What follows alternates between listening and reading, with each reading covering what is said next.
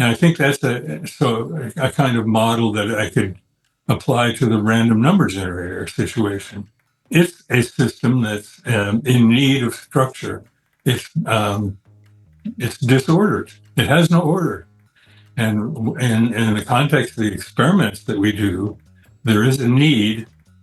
We set up a need for order in the data coming from this random number generator.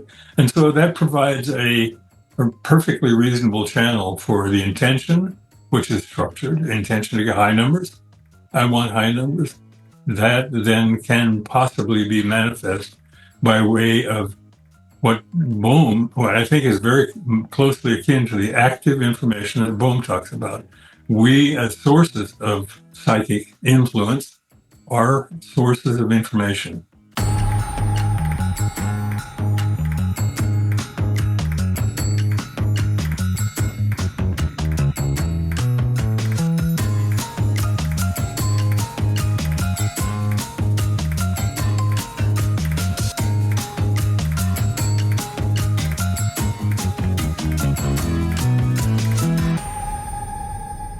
Hello, everybody, and welcome back to Chasing Consciousness. So today, we're going to be exploring a field consciousness hypothesis. So a variation on the idea that consciousness may extend beyond the body and interact causally, not only with other conscious beings, but also with physical systems in some kind of resonant field phenomena. We're going to be learning about the experiments with random number generators used to test this hypothesis, how human intention and attention have been proved to be able to affect these random number outputs in a vast backlog of positive results and meta-analysis from labs all over the world. We're going to be hearing about how these experiments have been taken global, looking at collective effects of particularly important world events that many people are attending to at the same time. We're going to be looking at the criticisms of the statistical analysis and the potential experimenter effect. We're going to be talking about the contrast between some seemingly non-local effects with others that appear more local. And as always, we're going to be getting into the implications, in this case, of whether the field consciousness effect the data seems to point to is more likely to be a unified field of consciousness, so in some sense a single mind, or simply the aggregated sum of all individual consciousnesses. Now, fortunately, to hold our hands as we carefully test the thickness of the ice on this genuinely alternative view of world consciousness, we have the cognitive psychologist that has pioneered these field consciousness experiments since he founded the Global Consciousness Project at the Princeton University PEAR Lab, Roger Nelson. Roger worked at Princeton PEAR Labs in the Department of Mechanical and Aerospace Engineering under Bob Jahn for over 20 years until his retirement in 2002. And he's also the author of the book Connected, The Emergence of Global Consciousness, about the story of the project. Now, I have wanted to talk to Roger about these results ever since I first read about it, long before the podcast began. So without further ado, let's go.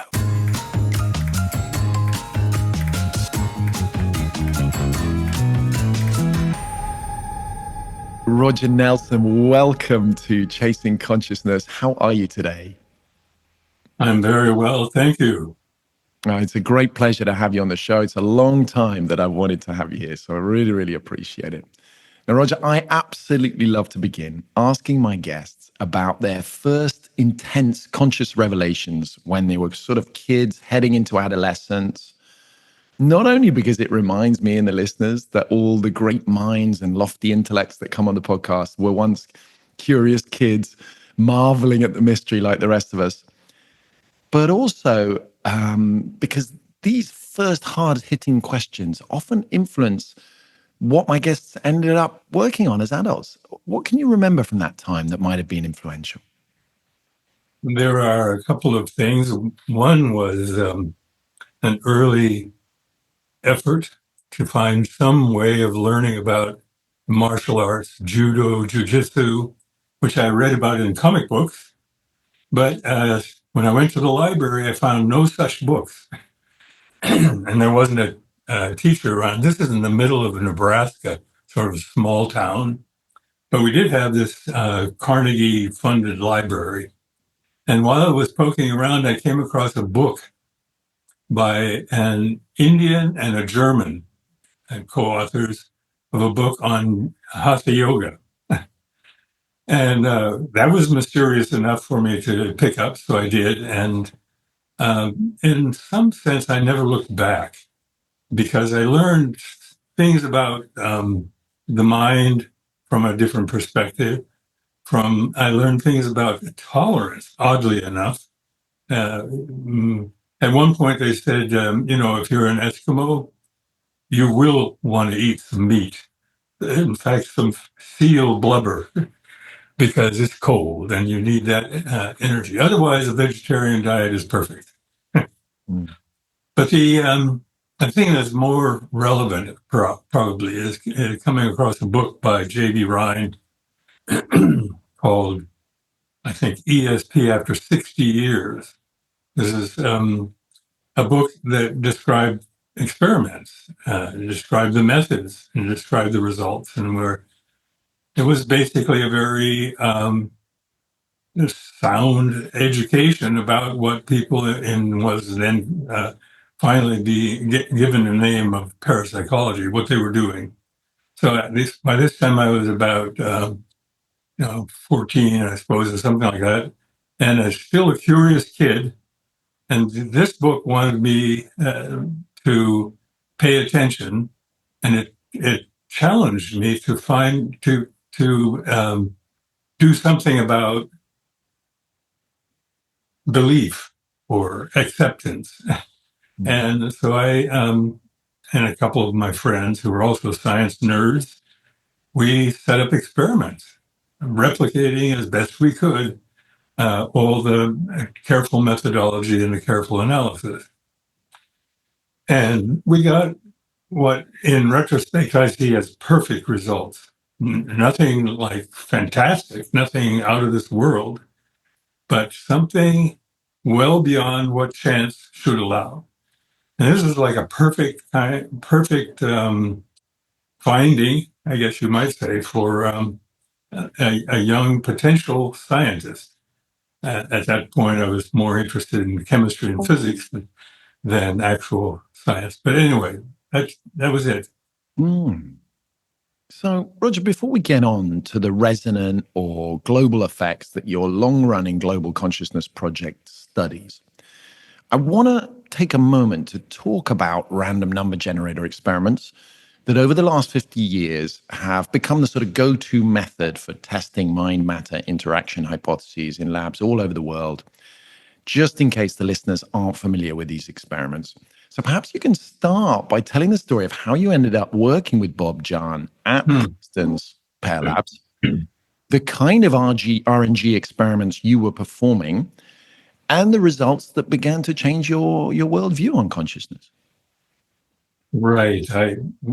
After my experience as a teenager, confirming that there was this possibility of science there, I didn't really do much in this general area for many years.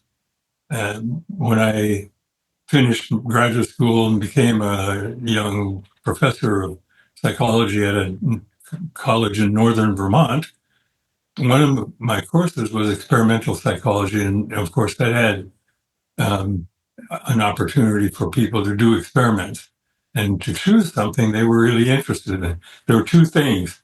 One was smoking marijuana, and the other one was doing ESP experiments. And so the latter was a little easier for me to manage as an experimental psychology teacher. Anyway, we did do quite a number of experiments there. And couple of years later, several years into my teaching career, this was in the middle 1970s, and there were economic burdens, especially on small colleges, and there were plans afoot to change the place from a liberal arts college, what I liked to be in, to something like not a trade school really, but a very sharply focused, business-oriented, give them a degree so they can get a job. And my estimate was that all those jobs that were being prepared for would be taken already by the time they graduated. In any case, I didn't like that context very much, and I started looking around. And here's one of my coincidences.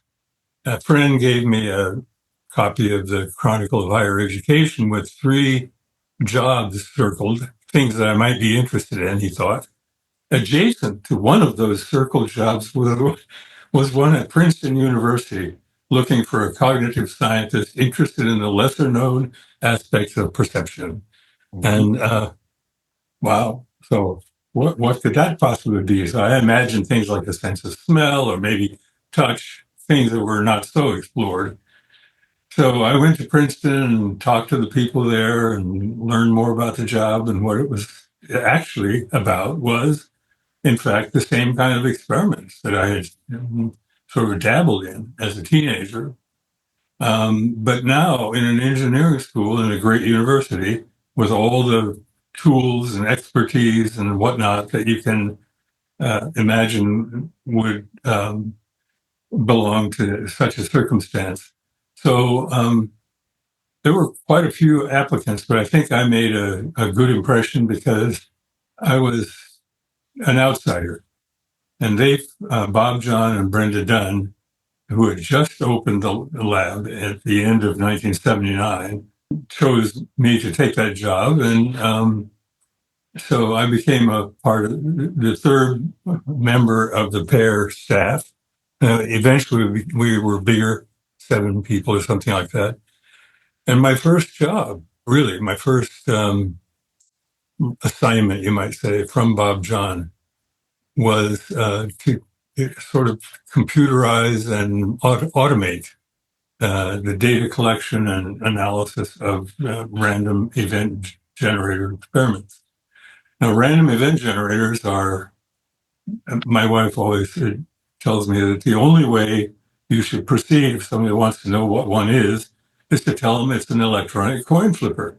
It just does it very fast, and it does it electronically and with a what we might call a quantum-based precision.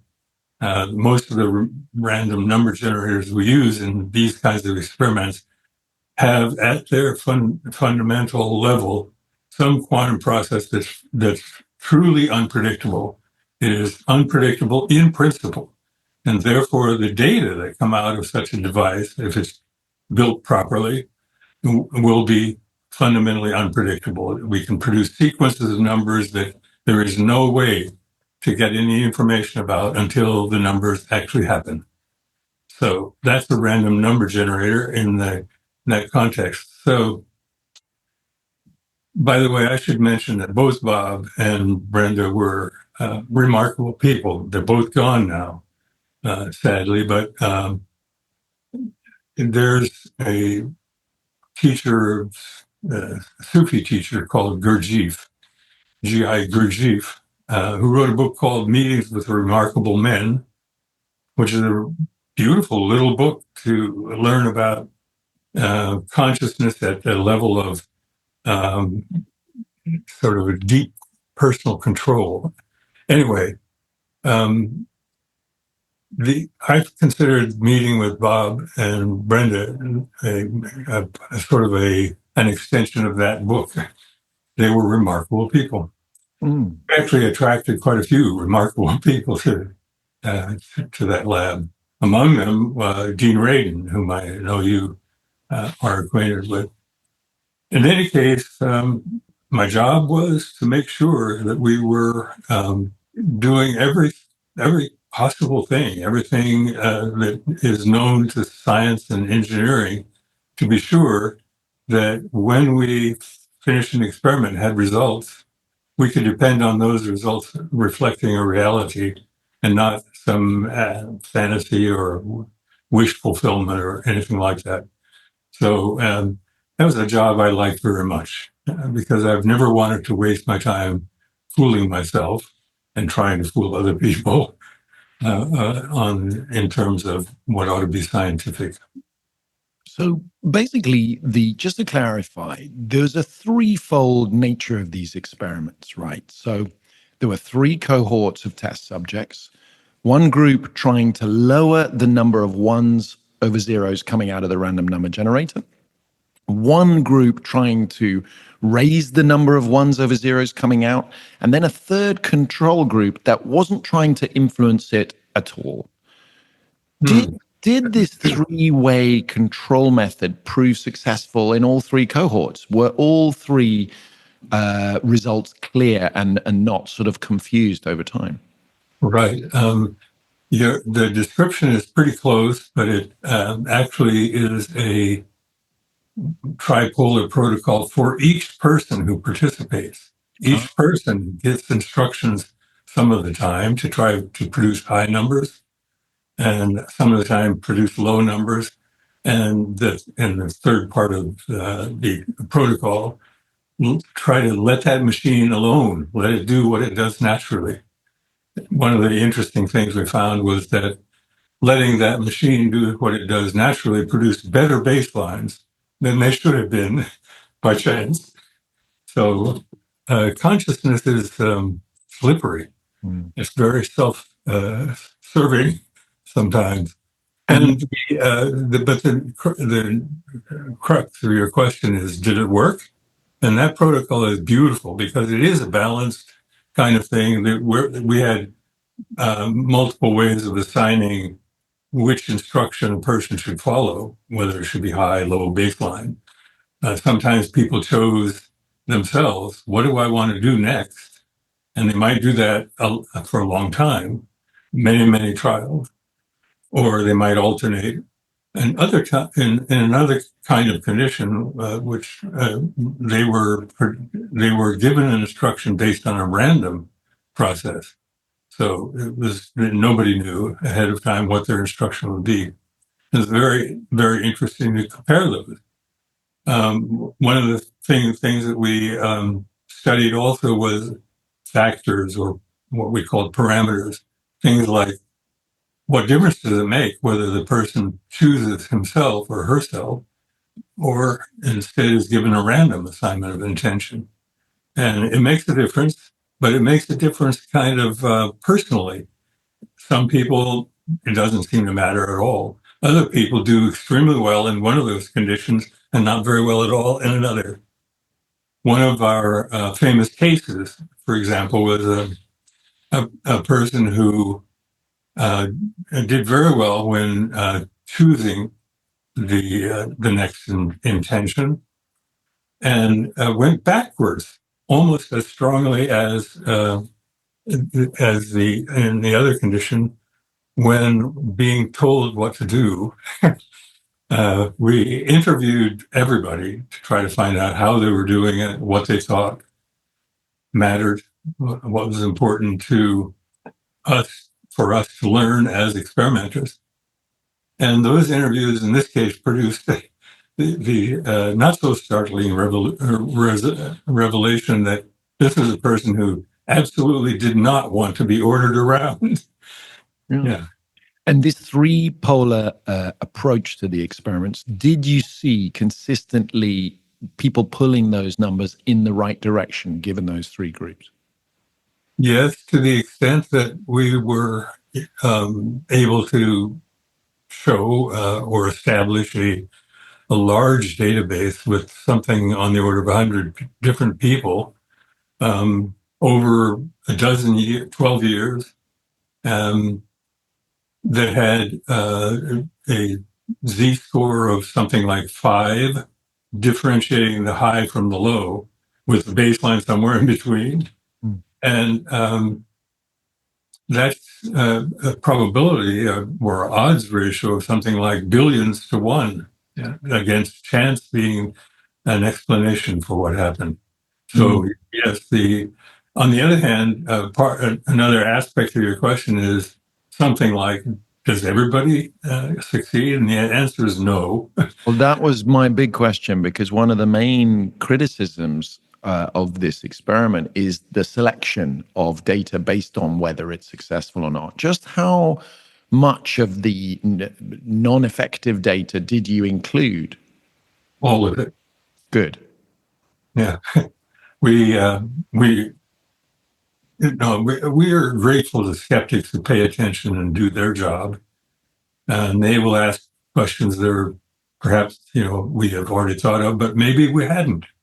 And if we hadn't thought of a question, that one we, of course, knew from the get-go was an important thing to be sure. That's the kind of thing that you can count on to fool yourself and waste your time, really waste everybody's time. And so we were not, any of us, inclined to that. We wanted to know as best we could, first whether and then how, and by influenced by what factors. Those are the kinds of things that interested us. It's one of the big problems in science, actually, is the fact that negative results aren't published. And so other scientists who are considering similar experiments, they might go to the effort of doing the whole same experiment because they just didn't know that somebody else had already done that with a negative effect. And I think that's a real blind spot, really, because it would just do so much. If we had that sort of open source material, it would save so much time and effort, wouldn't it? Tell us a little bit more about Bob Jahn. You mentioned how important he was to you as a person. He was hugely respected dean of engineering at one of the most prestigious universities in America, at Princeton. But he was interested enough in psi to risk his reputation by publicly investigating these things right in the center of Princeton.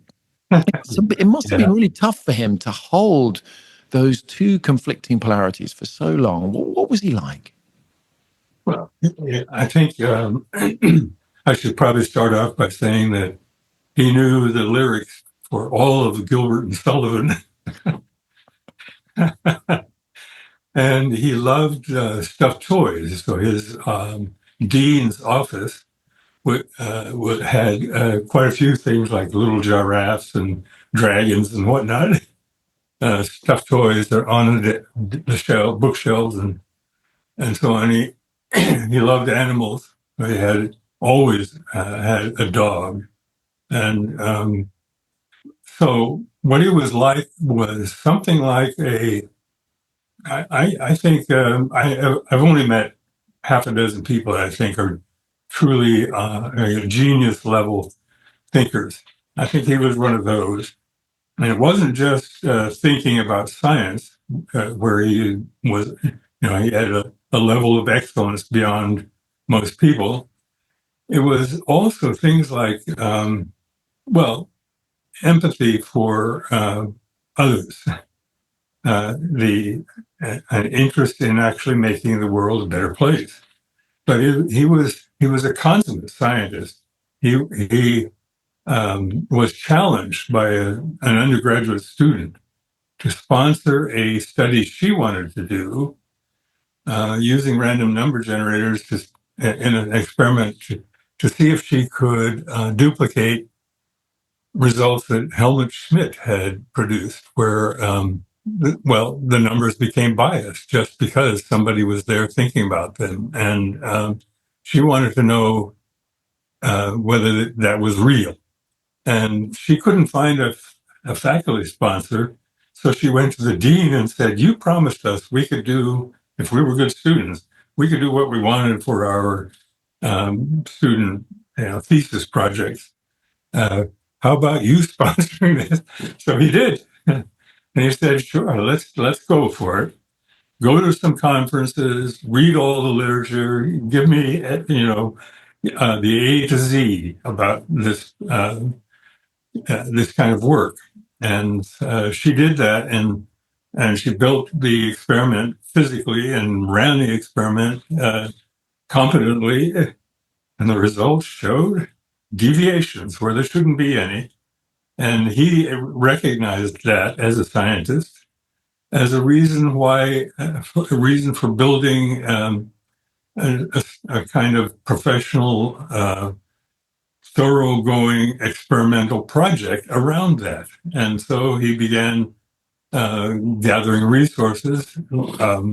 He was friends with the guy who created the McDonnell Aircraft Corporation, McDonnell Douglas. So Mr. Mac, he was called. He funded with $250,000 or something like that building and staffing of a laboratory to begin that kind of work. And I should just mention, he was not only an academic of excellent quality, he was a politician of magnificent achievement. So the main regret I think he might have had, and he expressed this sometime or another, for doing the PEAR lab, doing that work, taking a chance with his reputation, so all of that. The main regret was that he didn't have much time to spend in the laboratory with his fingers in the process, getting his hands dirty, is the way he put it, because he had to get money and he had to, sadly, spend a lot of time and energy defending the right of academic freedom to do this kind of work in a great university. So, and he was good enough that he did protect the place until it was time basically the lab decided it was time to quit, having done as much as we could to establish the fact of the phenomenon and a whole lot of the parameters and what mattered and what didn't and that sort of thing. Out of interest, Roger, is there a book or a document that sums up the sort of story, the results of all of that? Is there a sort of big volume that contains the full series of work that was done there? There are several of them. The first one and the biggest, sort of most comprehensive in a way, is called Margins of Reality. That's Bob Jahn and Brenda Dunn together. They wrote that in, I don't know, the late 80s, I think. But we had already been in business for almost a decade, and there was plenty to talk about. It has a theme of something like metaphoric application of physics principles, things like principal developers of quantum physics talk about Heisenberg's uncertainty and things like the relationship between objects, even though it wasn't yet really called an entanglement, this kind of relationship of physical objects and the physical aspects of the world. And then there's probably 3 or 4 books later, all published by ICRL Publishing, which stands for International Consciousness Research. That was what Bob and Brenda started as a kind of replacement for the PEAR Lab. He really was a trailblazer. And the fact that he had such a powerful reputation as an engineer just really, it was an accolade in a world of very, very heavy skepticism and ridicule, to be frank. So back to the experiments. Thanks for your patience, listeners, as we just go through this one by one, because the development of these experiments over time is really important to where he ended up with the Global Consciousness Project. So following all these lab experiments, based on attending to systems with a particular intention, you had this fascinating idea of taking the RNGs into a special event space, spaces like sporting events or political rallies or religious rituals, which shared the same feature of all the participants concentrating passionately on the same thing. What conclusions were you able to draw from those results, and what factors in the type of shared event influenced them? Right after we had pretty much established the viability of random number generators as responsive to consciousness differences and changes or intentions and that sort of thing. By the way, that was all done more or less in the 80s when random number generators like suitcase size. But we miniaturized because we knew we wanted to do things like give other people devices so they could proceed with similar experiments, replication studies. But it also enabled this new thrust, namely to go out of the lab. Bob liked to think of it as if a double entendre. We wanted to go into the field to study fields of consciousness. And I've always thought that was a pretty, that's a sensible way to think of it. So yeah, I carried around with me to many, many different kinds of venues, a small kind of shoulder strap purse with a logbook or a notebook, a palm top computer. It was a thing about an HP 1000, if anyone is really interested, about an inch thick and 3 by 6 inches long, and with a random number generator, a really fully qualified quantum-based random number generator attached to it and to its serial port. And so I could carry that to venues like you mentioned, rituals of various kinds, concerts.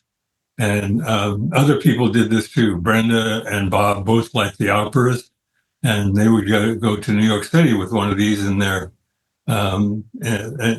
pocketbook or pocket, and take data during the whole of an opera, finding that during the famous arias where everybody was like enthralled because they've heard it before, they know it, they love it, and the data would typically not stay within the envelope of chance. Instead, would run out. I took it to meetings of people who were deeply engaged in trying to develop the next stage of a certain kind of experiment, mental influence on living systems, not just on random number generators. Now, how about another person, or how about a plant? Basically, the effect size is bigger when people are in these field RNG experiment contexts, if there is a strong coherence and resonance among the people. I like to think that, sounds like fantasy, but I think it's a step in the direction of some kind of theoretical model that the random number generator that is brought into a situation like that, where there will be a coherent group um, coming together, will come together with that group and be part of it. Otherwise, it's hard to imagine why its data should change at all. It's tantamount to saying that there's a little bit of consciousness in the random number generator, and it's joining in with the coherence of consciousness among the people in the group. Now, in these field experiments, the presence of the RNG at the event appears significant, as you just mentioned, but perhaps one of the most difficult things to get our heads around here is when we think back to some of the earlier lab experiments, is that you didn't see a drop in the effect, even when the subjects were affecting the RNGs from hundreds of miles away. Now, this data reminds me of the remote viewing data that was coming out of Stanford Research Institute around about the same time, that distance in space doesn't weaken the effect.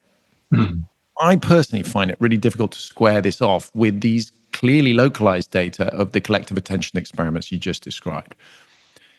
Now, I, like you, am very influenced by David Bohm's implicate and explicate order concept, which for me might accommodate a sort of partially local, partially non-local effect. Is that how you go about squaring off the seeming contrast between this non-local causality alongside the local one? Right. I think about what the difference might be between 1 meter of distance from between my consciousness and that device that I'm trying to influence, or 100 meters, or 100 kilometers. It doesn't seem to matter. I have the personal experience and also the experimental experience of looking at exactly what you're describing. It doesn't seem to matter if people are far away, if they are able to focus on this device. They can connect with the device as if it was still part of their personal presence. again, a little bit like entanglement in quantum mechanics. They were together, separate them, it doesn't matter, they're still together. The the thing I think that is hard for us to deal with when we're thinking about the difference between a local experiment and a non-local one is that we're thinking of physical distance, but especially because of my experience doing the Global Consciousness Project, which has global distances involved, and an attempt to identify events that might change the way the data move and change. It turns out that almost all of what we're talking about is not a physical distance. It's not geography. It is a consciousness space that we're talking about.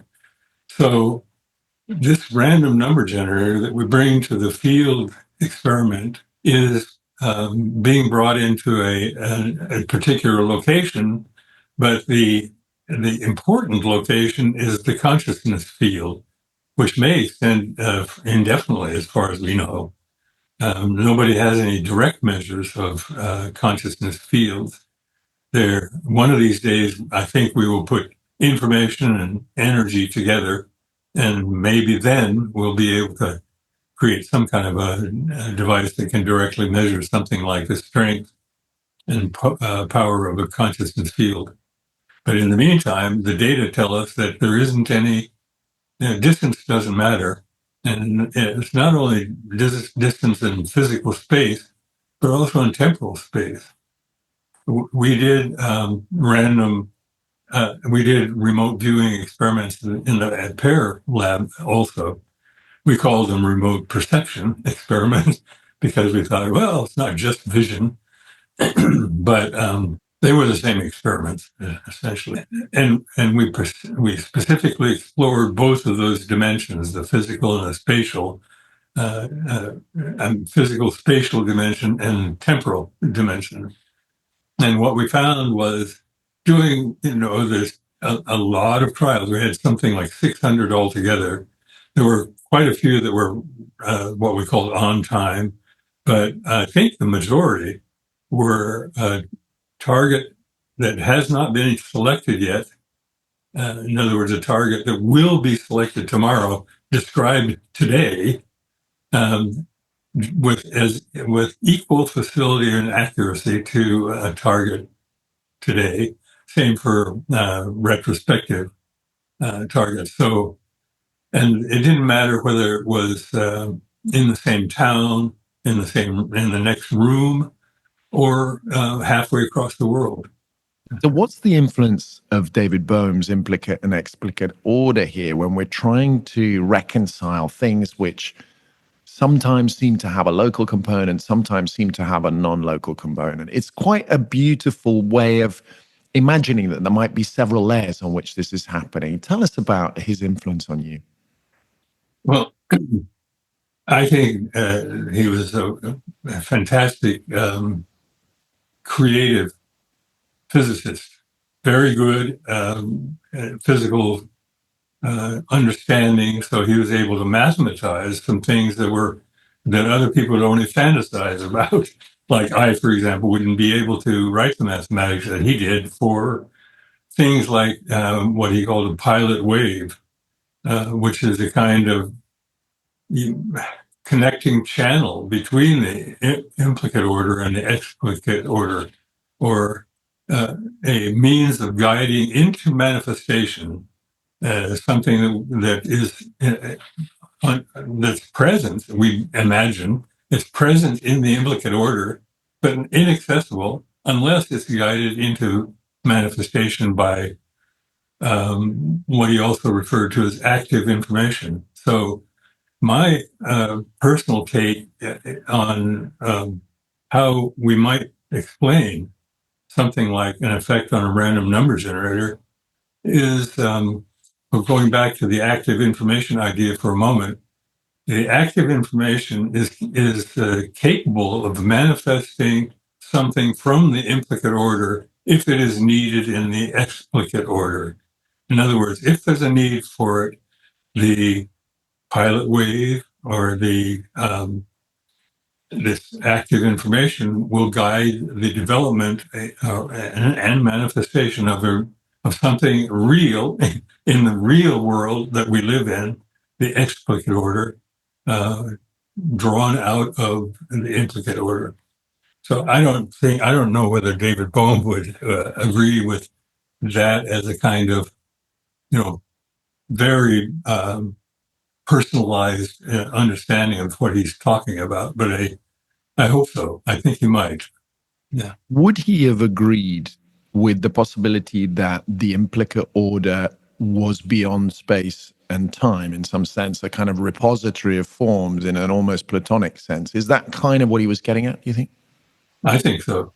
I think the implicate order is basically very closely akin to other concepts from ancient times of the Akasha, the repository of all history, all knowledge, all understanding. And but he was being a physicist. He was able to put that into. I think of it as kind of concrete terms, even though it's still, just marks on paper. The mathematics that describe the implicate and the the manifestation of what is only virtual, you might say only imaginary, into reality. Yeah, I once wrote a little paper on some of the physics of healing, in which I sort of described this idea in a little more detail, using two examples. One is healing, distant healing, where somebody has a problem, a sickness or a wound, an injury, and far away, somebody I called a healer, somebody who is a healer, is given information, a picture, maybe a name, and but no communication otherwise, and does healing that then apparently actually works to help the person who is in need of the healing. So there was a need, and I imagine that the way this might possibly work is that there's a um, implicit when you have a disorder is in fact something like the randomness that we have in a random number generator. If you have a disorder, you're broken or wounded or diseased, then your system needs something. It needs structure that it doesn't have.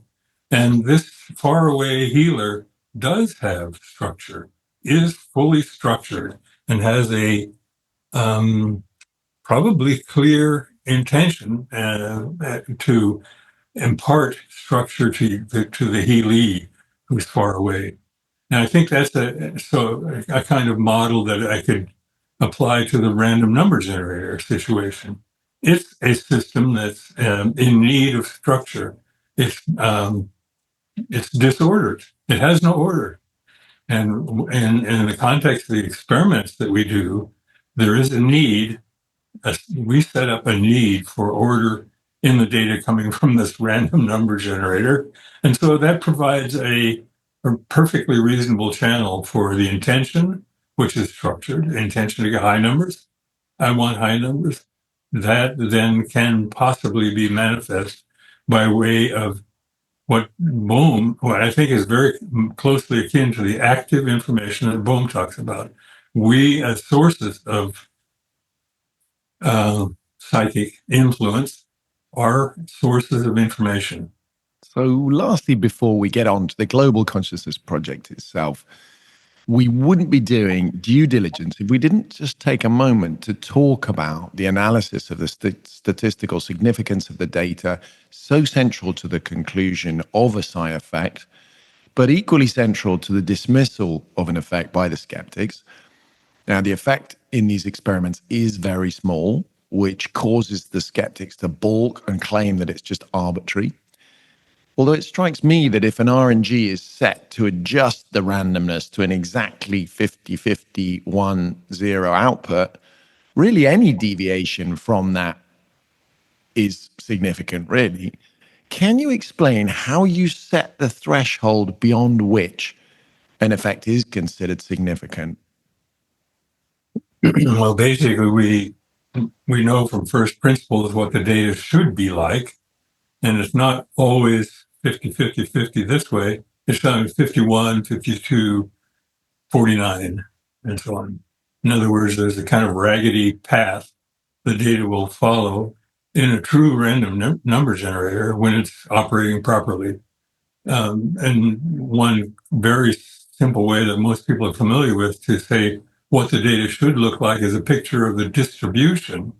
How many, well, it's easier if I think about the way we usually recorded the data, which would be the sum of 200 bits, which is like counting how many heads there are if you flip a coin 200 times.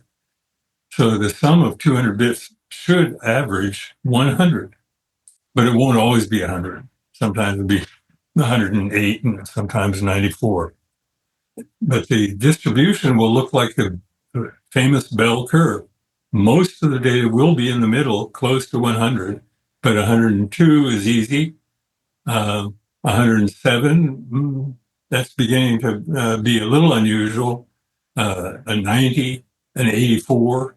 Those, as when you get further out away from the expected value, it becomes a little more unlikely that you'll see that. And what we do, all the random number generators we use are calibrated to fairly well. By that I mean we run them and we collect the data from them in a situation where there's nobody around, nobody's thinking about it or worrying about it, to find out if they're working correctly. We then take data in an intention experiment. We're asking people to do high numbers or low numbers. The high numbers should be over 100. The low numbers would be in the 90s or 80s, whatever. The average should be below 100 and for the low numbers.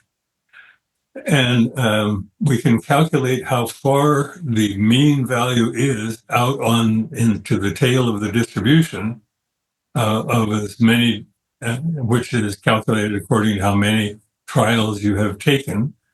And if it's out beyond two standard deviations, which is in the case of these numbers I'm talking about, would be like 100. If you get a trial that's 114 or one that's 86, those will be two standard deviations away from the expected value. So, and when you accumulate more and more data, this distribution gets narrower and narrower because you're getting closer to the mean value of the real distribution. And so basically then we do a calculation of the probability against chance that some mean value will be achieved. And we look for probabilities that are small. If it's would only happen once in 20 times, that's what we use as the first sort of baby criterion for significant difference. If it's the so-called 0.05 significance level, means once in 20 times we'll get that value by chance on average. And for more convincing demonstrations of a real effect, you want something more like 3 or 4 or 5 standard deviations. If you get 3 standard deviations, that's 1 in 100 chance that it's just chance. And if you have 4 standard deviations, you're getting into the millions, and so on. I hope that's a reasonably clear description of what we do for the intention experiments. But there's a difference when we go to the field experiments. There isn't any intention. There's no intention that it should be a high number or a low number. So either a deviation, if it's a big deviation in either direction, is not expected. And if we see it, then we tentatively conclude there's something pushing the data. And the measure that we use for that kind of experiment is a variance measure, which is basically to say, how much is this stuff being pushed out either direction? And in terms of the skeptics, obviously Ray Hyman, one of the most famous to have looked into these studies. Can you sort of steel man his, just for example, Ray, the kind of skeptic like Ray, whose job it's become to tear apart these experiments, just steel man their criticism? Well, what's the criticism? He might say, "Oh, it must be fraud or a mistake of some kind," and a kind of litany of things, but nothing concrete.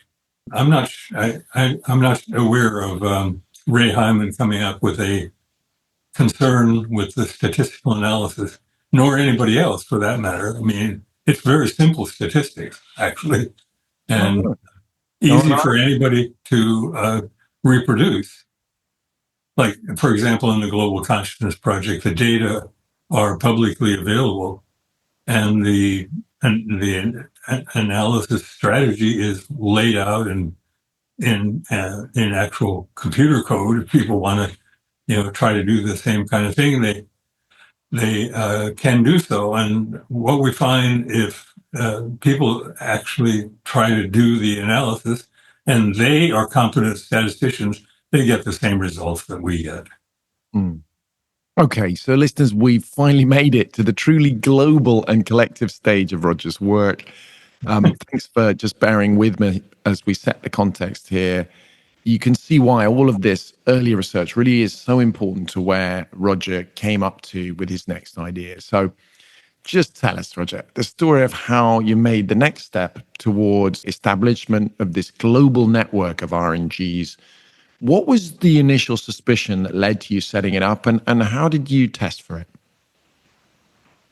Well, the initial suspicion, you might say, is really just a natural outgrowth or extrapolation from the field experiments and the kind of questions that we thought would be interesting to ask. What if you had two random number generators instead of only one? And what if one was in the lab and one was in the field? Um, what if you had many? And what if they were scattered all over the world?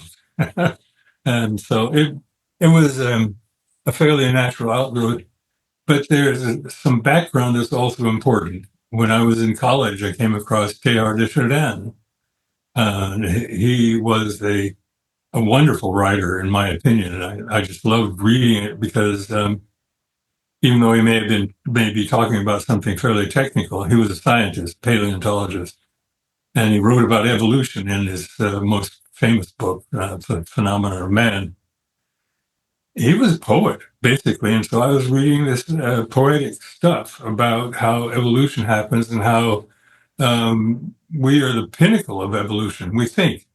But Teilhard said, no, let's step back a little bit.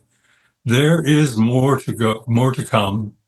We are not finished, and there is another stage that human consciousness needs to go through or to engage in, and that is basically to become the material out of which a noosphere is created, a sphere of knowledge or information sheath covering the earth, becoming what amounts to something like a consciousness for the earth. So I read that in probably 1960, and I didn't forget it.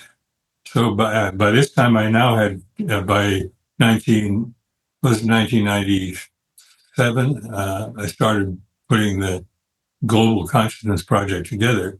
So I had tools that would allow us to identify effects of intention that were not physical. They weren't, through the normal means that we can write about and draw equations for.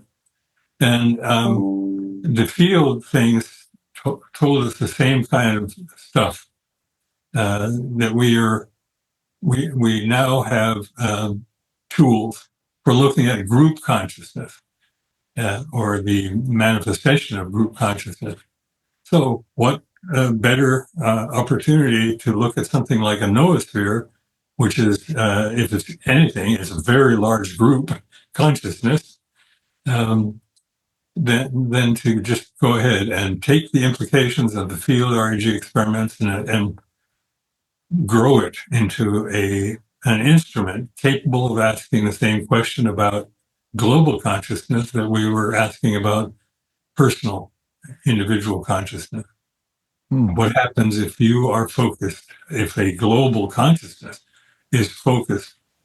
I did a couple of pilot kinds of studies. I was doing field recordings in Esalen in meetings of people who were all deeply engaged in developing some ideas, and getting pretty striking results when people were like, if anybody, if you're in a meeting with a charismatic person, and that's almost certain to produce a kind of effect in these field experiments.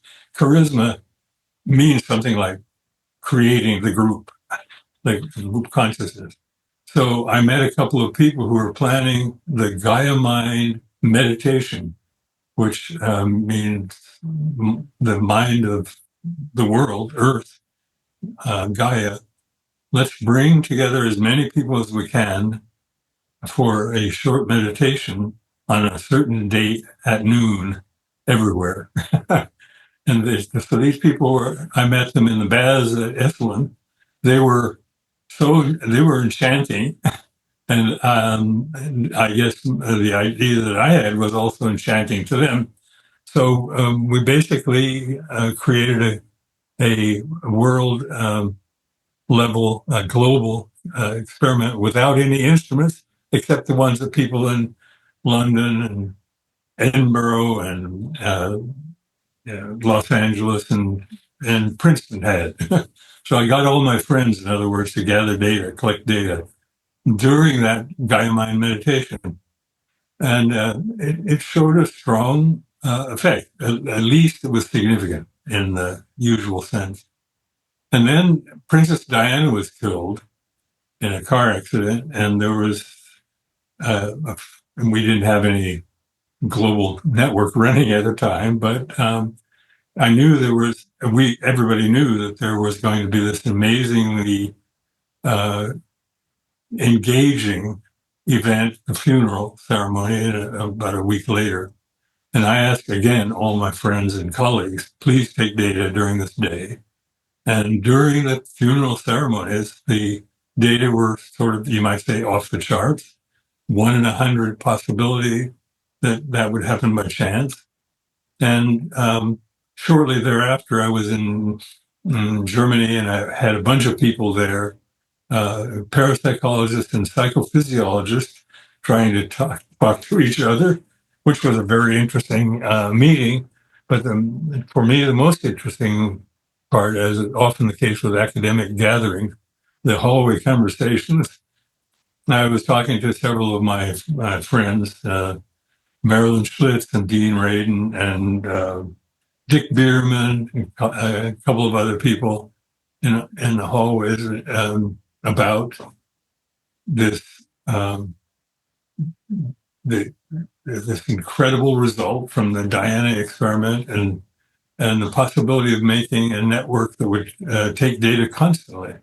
So basically, everybody else is pretty busy, but I was in a position to start making a global network. And I also had the good fortune that my son was not at loose ends really, but he had a little bit of time that he could spend. He's a fantastic programmer.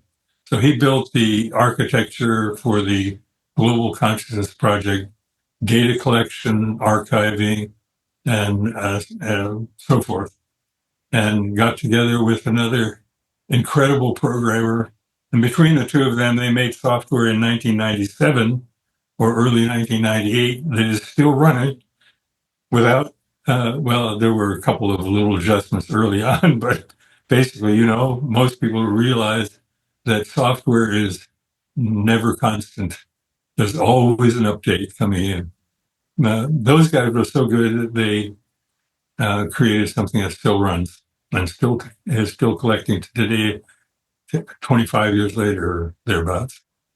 So perhaps the most famous example of your data on this came from yet another slightly morbid example, like Diana's funeral, the morning of September the 11th, 2001, during the attacks on the Twin Towers in NYC. By now, fortunately, your network was already in place.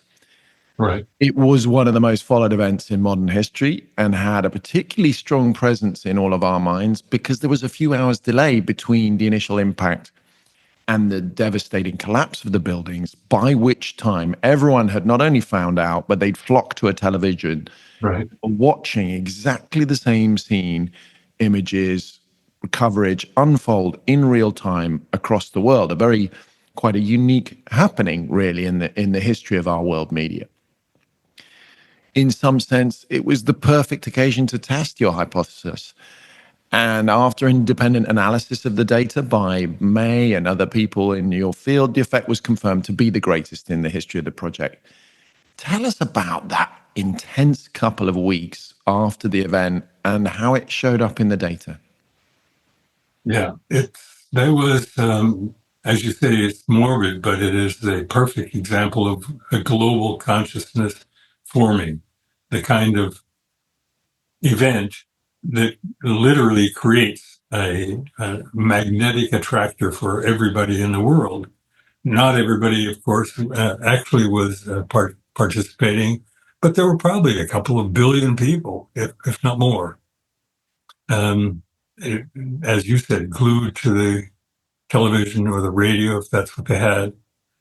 And that also resulted in us not only doing a formal experiment with an a priori prediction of a deviation during a set period of time. It also inspired us to do a tremendous amount of, you might say, context analysis. We looked at data from 10 days before to 10 days after. We looked with different measures. And by every measure we looked, there was a huge deviation, a huge departure from expectation. Just as you would expect if the hypothesis is true, that people will come together as a global consciousness when a major event affects everybody in the same way, especially if it produces strong emotions. So it certainly did that. And we continued to do analysis for a long time and ultimately published a paper we tried to put it in the main famous journal, Nature or Science, even with personal contacts into the editorial board, right? But they weren't having anything of it because, we tried to take out all this frightening words like parapsychology and psychic research and so on, and just talk about the fact that the data from random number generators didn't stay random during this period of time. They were changed. Why? And what was associated with that? We did the best we could, but they couldn't get by I guess, the reference list. So we published it in a good physics Journal of Physics Letters, and it was, I think, probably widely read. We got some feedback. At least one physicist wrote an article challenging it in a different journal. We responded and so forth. But basically, we were able to demonstrate that the data during that fantastic event acted the way data should if the hypothesis we were testing were true. So let's come back to this emotional component again here. It's not the first time it's come up on the show. How relevant is the level of shock, of fear, of anxiety, of horror in cases like this? And how did it compare to strong emotions from other types of events? Things like political extremism, which is also quite often based on rage and hate and dislike of others, or religious fervor, which is again very, very different in some sense. Strong support for sports teams. How did sort of the fear, pain, horror thing compare when you looked at these other types of events that you've seen in your data? And when the database got large, many, many, many events of many kinds, I started doing what I call categorical categorization research, and basically put in a big spreadsheet. You put down the whole list of events, and then you check off how much, how intense is the emotion, high, low, medium, and how much fear is characteristic of this event, and again a scale. And for many other things, including particular emotions like compassion, how much compassion is evoked or evinced in this event, low, medium, high, and and then when you've got the big spreadsheet, you can then do your calculation and say, well, what if I look at compassion? It turns out that compassion is one of the most reliable, which means the biggest effect size predictor that we have in the Global Consciousness Project data. And I like to think we shouldn't be surprised, because compassion is about connecting, which I think is what the global consciousness is about anyway. That if we are all paying attention to the same thing at some unconscious level, we're connected. By that thing, there's a kind of almost necessary shared layer of in the zones of unconsciousness. But that And makes sense at a resonant level, Roger. But what about the qualities, the difference? Because presumably fear could have just a very similar level of resonance in such a stark event. right, fear does have a strong effect, but it's not as strong as compassion. Mhm. And again, this is just hand waving, but I would say we shouldn't be so surprised, because fear causes people to run away. They instead of coming together, they're going off to be protected. Okay. But yeah, we find some things like the stronger the emotion is, the bigger the effects we have. The more people who are involved, and we don't have exact numbers, but we can make estimates, reasonable estimates, large, medium, small crowds, or whatever. And that's probably almost the same thing as how important is the event. If it's more important, more people probably will be paying attention. So we can kind of wave hands. So again, it turns out it's a very clear effect. The more people who are affected or involved in the event, the larger the effect is of that event on our data. And we have quite a number of things that are like that. I think I might have mentioned, but it's important to know that the strength of the emotion, whether it's positive or negative, is a strong determinant of how big our effect is. Um, Whether positive or negative, which name valence, the valence doesn't matter so much. Both positive and negative events produce powerful effects if they are strong emotions. If they're just modest, maybe not so much. So we have been able to parcel out quite a bit of what drives the effects. We still don't have a powerful theoretical model uh, beyond what I was saying earlier about Bohm and the implicate order, explicate, and manifestation, and all of that, the active information idea. We, uh, so I'm hopeful that before too long, before I go away into the next stage of whatever it is, somebody will come up with a good, clean theoretical model for explaining a lot of this stuff. Not just my stuff, not just the pair stuff, but this connection among people. I think it's profoundly important.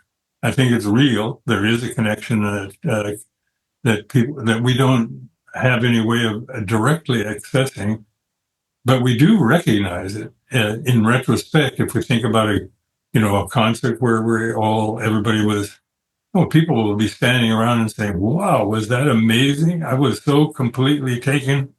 Even if you have a good meeting where a whole lot of people are discussing something and they really come together very nicely, you get some fantastic kind of mutual understanding that seems to need explanation. Yeah. Absolutely. And regarding this sort of unified field approach, the Noosphere approach of Teilhard that you've just been discussing, how can we find out if the field you're hypothesizing is a single unified field or simply an aggregate of individual resonating consciousnesses? The idea of a single consciousness of which we are some sort of subsection, or if, on the contrary, what we are picking up with these field RNG networks is actually more of an aggregate kind of effect. Yeah. My question might be, can't it be both the parts and the sum of its parts? Can't our individual consciousnesses simultaneously aggregate and operate at a higher level of collective emergence? And perhaps even that collective emerging aggregate could itself be subject to an evolution all of its own. Can it be both at the same time? I think it absolutely has to be both. The best thought, the most respectable theories or philosophies, you might say, of consciousness in the big universe is that it's omnipresent. Uh, it's a fundamental aspect of the universe, not an add-on, not a kind of emergence from the brain or some other source. It's hard for us to get around our personal perception of our own consciousness. But if we really step back and try to take the view of a philosophical non-dualism, we get to a point. If you think about what that really might mean, is that we are not separate from each other.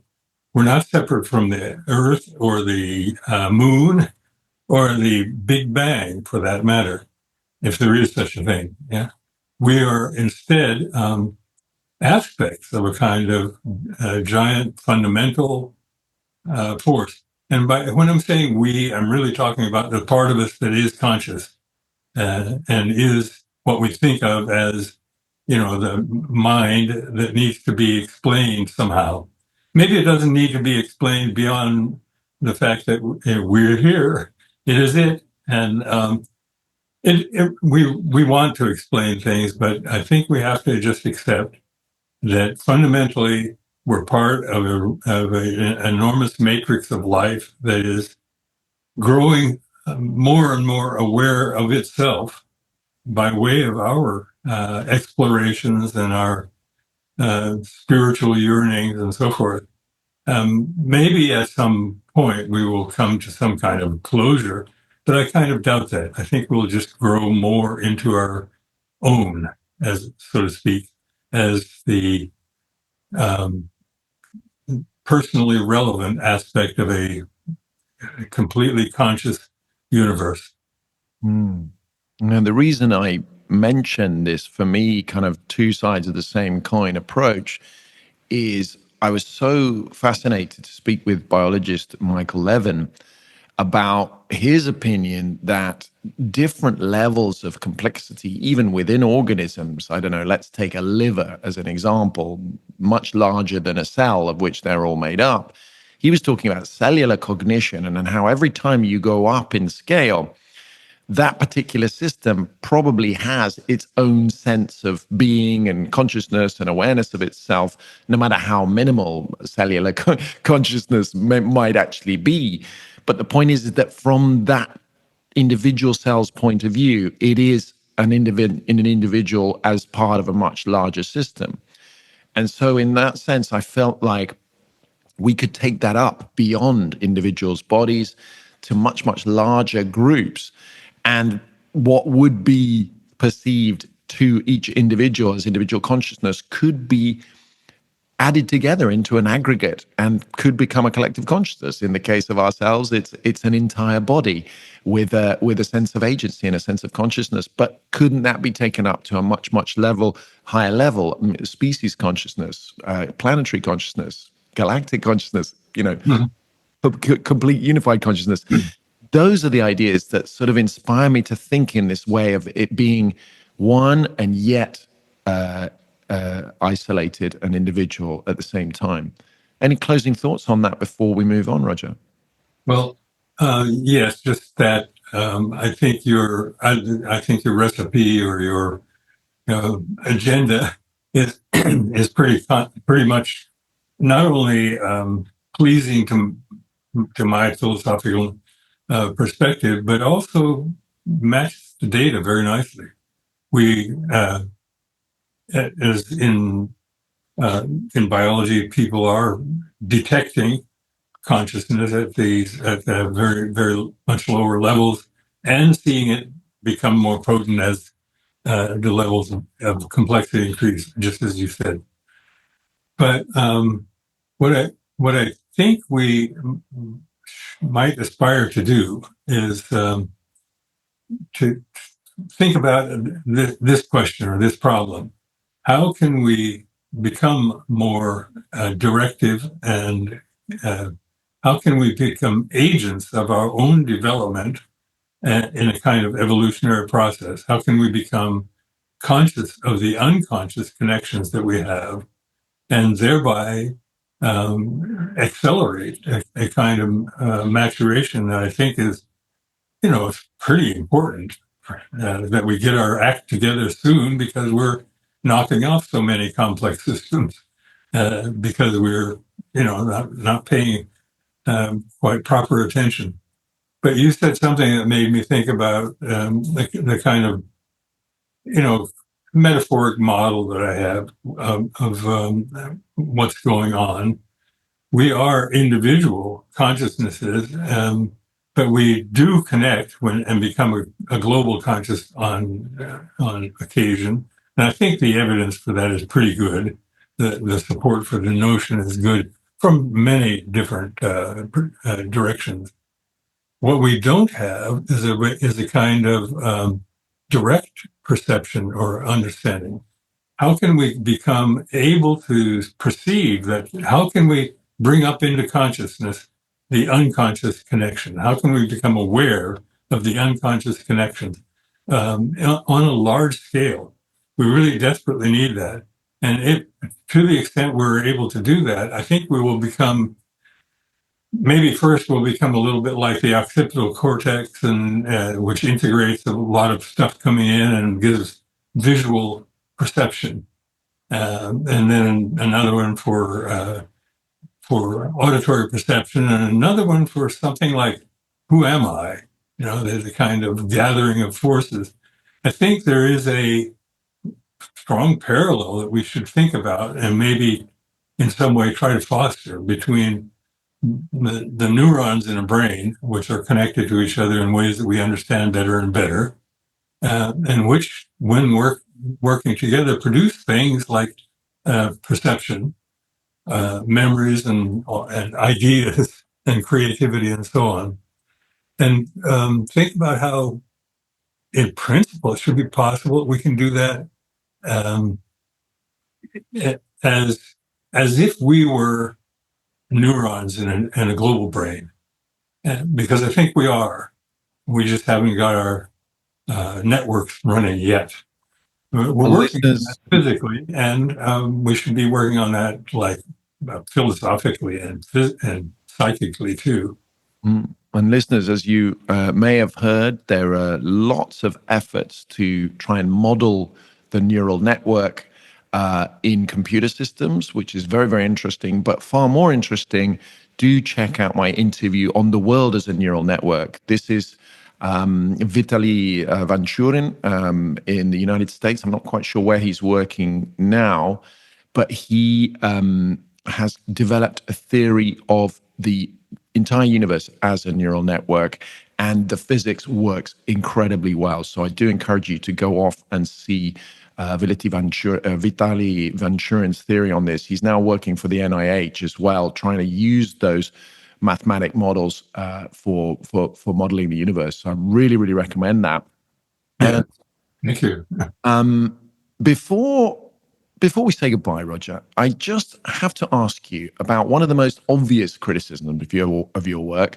I mean, it's leveled at many psychologists and humanities researchers, that of an experimenter effect, i.e., when the results are influenced by the expectation of the experimenter.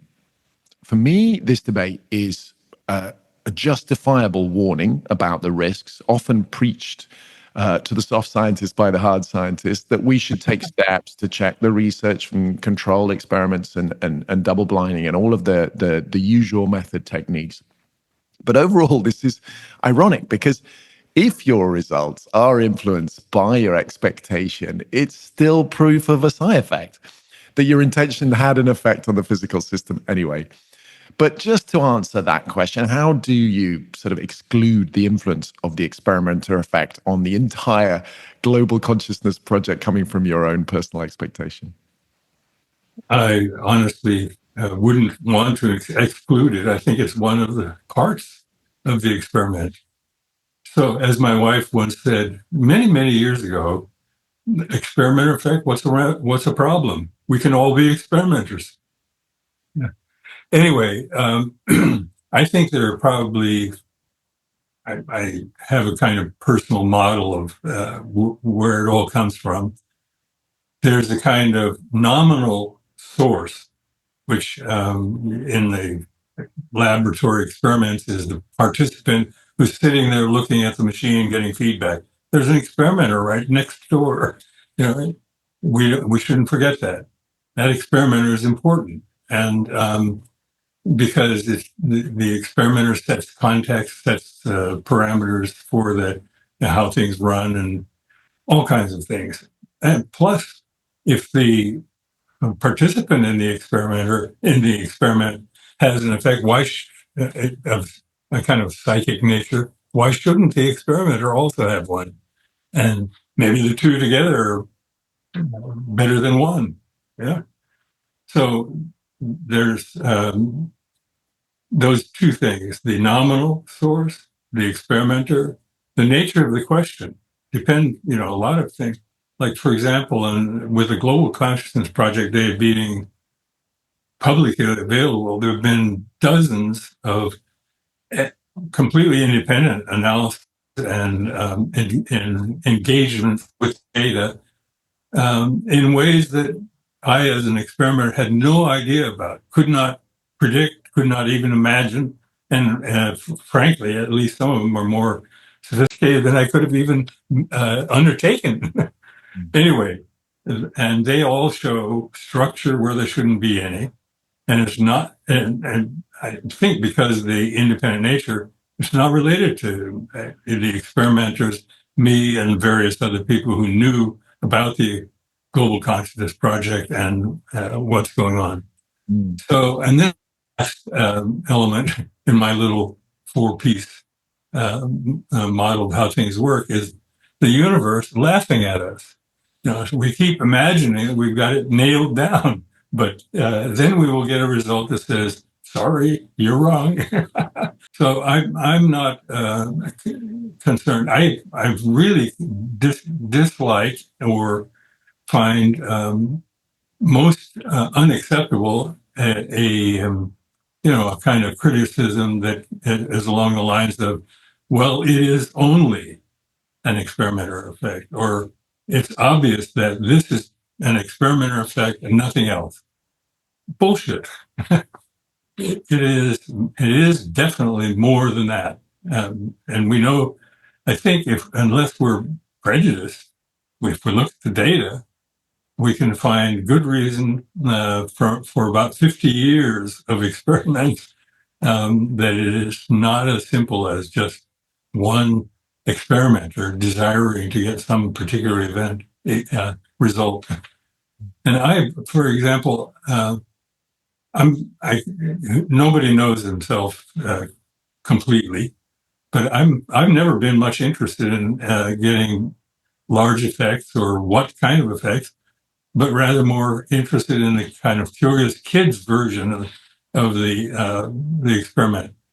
How does this work? What is this going? What's happening out there? You know? The reason I ask is because this came up in one of the first episodes on the show, which was titled "The Experimenter Effect," with an old colleague of yours, physicist Garrett Medell.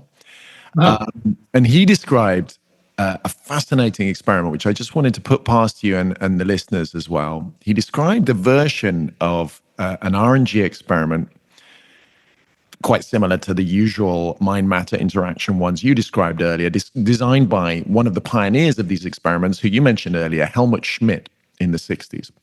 So usually he would record the movement of the RNG output as clicks on a tape. But in this experiment, he split it into two sessions. The first, a normal change up, change down experiment, and he noted the change of the output. But this time he copied the tape and he put the tape away in a closed envelope without listening to it. So he didn't listen to it. Then in the second session, he took the original recording, the tape, and did the experiment again, but this time aiming to change up, change down the recording on the tape rather than the RNG itself, which again had its corresponding effect and again was recorded. But the weird result was that when he took the copy out of the drawer and compared it with the recording from the second session, they were identical. So the copy from the drawer had somehow updated to match the final version after the second session. Now, for me, the implications of this weird observer situation is still baffling me. What do you make of this result, Roger? Well, let me try to to get a little clarity on one thing. You said that means the tape in the drawer was updated, but I think that may not be true. I think that it was always the way. It always was a match to the tape from which it was copied. It wasn't changed in the drawer. Interesting. When I said I was teaching in northern Vermont. When I sort of began being interested in this job, I went to the library to see what journals were available and started reading articles about this kind of work. And one of the first and most impressive articles I came across was Helmut Schmidt's description of, I think, either that experiment or one very similar to it. It was basically pre-recorded tapes that were not used, and nobody listened to them. They were not collapsed, so to speak, in the wave function collapse sense. Nobody knew, and there was no observer effect that could have possibly done anything to them. So months later or years later, they were used in an experiment where somebody would be attempting to change change up and change down, as you say. And they were, I think he literally said he was surprised. They were surprisingly successful. And they were able to do that. And when I was reading these things now in a journal article, I was thinking, what? I was practically a recording engineer. I knew tapes like that would not change, and there's nothing you can do to change them. So, but I didn't really properly understand, I think, when on first reading, that what was really going on was the tape changed at the time it was recorded. The change up and change down happened at the time of the recording, so that the tape itself didn't need to be changed because it already had the changed data on it. Am I talking about the same experiment? Well, I'm not sure, because I know that Schmidt did hundreds and hundreds of experiments, but I think this particular one, I just need to get a clarification if you've understood, Roger, is that what I meant when I said the tape in the drawer had magically updated. What I meant was that the second session was, so let's say after the first session, we have two copies of this tape. We've got the original and we've got a copy. The copy goes away into the drawer, and then the second session is a separate recording, but it's based on the first tape. So the subject is listening to the first tape, or the tape is what they're trying to change. Right. When I say change, I don't mean change the tape itself. I mean change the output for the next recording. So I'm not saying that the second session changed the tape itself. I'm talking about them changing the result in the recording of the second session. But what does, I think, seem very, very confusing is the fact that that session that remained in the drawer, when they compared, it was as if it had gone through the second session as well, because those two recordings were identical, even though the first tape, which had gone away into the drawer, hadn't been the target for the second session's influence. Now, I would say personally, this is just me, the implications are that the information on that tape of the first session was in an indeterminate state until it eventually got taken out of an envelope and was observed at the end of the second session. A bit like Schrodinger's cat, neither alive nor dead. But I'm really, really aware that way of thinking, I risk falling into a kind of Eugene Wigner consciousness collapses the wave function territory, which we don't have much evidence for yet. David Chalmers told me in our interview that he had actually tried to test for it and they didn't get any evidence. What Garrett Medell pointed out when we talked about this was that this is possibly just the experimenter effect, that this amazing, just the experimenter effect, that this amazing psi effect may actually be responsible for so many of our results, literally tilting the data by intention, perhaps not completely, as you say, that's very unlikely, but certainly tilting it. But what really twisted my mind was his interpretation of the observer effect, that being the first person to see something or to observe it was instrumental into the way it manifested into physical reality had it not been observed until that time. What do you make of Garrett's speculation on the psi nature of the experimenter effect here, and particularly of this observer thing about being the first person to observe something? There's a guy in Netherlands, Joop Houtkoeper, who did some experiments and ultimately designed and supported a theory that had not just one, but multiple observers, a multiple observer effect. And his conclusion was that the first observer had an effect. The second observer also did, but lesser, a smaller effect, and so on. So that the more observers there were, the closer the thing came to being stable in the real world. Now, I'm kind of stuck in a Bohmian world where it's a little bit more like it's a very complex world with an implicate, a kind of virtual background out of which anything could arise, anything, and then an explicate world, my living, breathing, conscious world, and into which those things there's anything possible in the implicate order could in principle manifest if there's a need for it. So it could be that experimenter effect is nothing more than a need for a strange virtual reality becoming an even stranger actuality. That's one way of getting out of trying to answer your question, which is a very much more sophisticated question. I don't know. I really, and forgive me for, and I'm not sure this should even be in a public presentation of any sort, but I'm inclined to think that there was a psychologist who said, if you only have a hammer, you're going to treat everything as if it were a nail.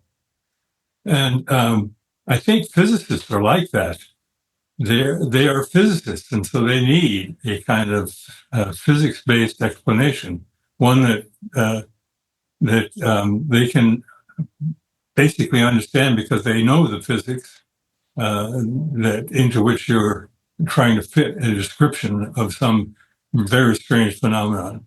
So, I mean, these people, I knew Helmut reasonably well, and I liked him a lot. He was a wonderful character, and Garrett is also a wonderful character, and vastly more open to the strangeness of a world in which we ask questions about psi than almost any other. Very few physicists are so ready. But he still needs, and this is true of Peter Bancel, who's another one who seems to think that experimental effects are how it all works. The way I see what's going on is that they need to be able to fit it into the kind of models that physics knows about, physics can manage. If you can't fit it into those very well-defined tool sets, then you're in trouble. So they do their very best, and an experimenter effect, and another version of that is something like retrocausality. Yeah, that's what Helmut was talking about, I think, when he was explaining those pre-recorded tapes that were now apparently changing to manifest the personal interest or the experimental instructions today when they were recorded a month ago. Well, Roger, that's a very, very nice place to close. Listeners, thank you for bearing with us. Roger, thank you for giving me so much extra time there. It was really, really nice to be able to go into depth and really hear the richness of your story there. Listeners, do go out and buy Roger's book, which tells the story of the whole Global Consciousness Project. It's called Connected, The Emergence of Global Consciousness, if you want to get some more information. And it leaves me just to thank you on behalf of all the listeners. Roger Nelson. Thank you very much, Freddie. It was a great time talking to you. You're a wonderful interviewer. That's very, very sweet of you, Roger.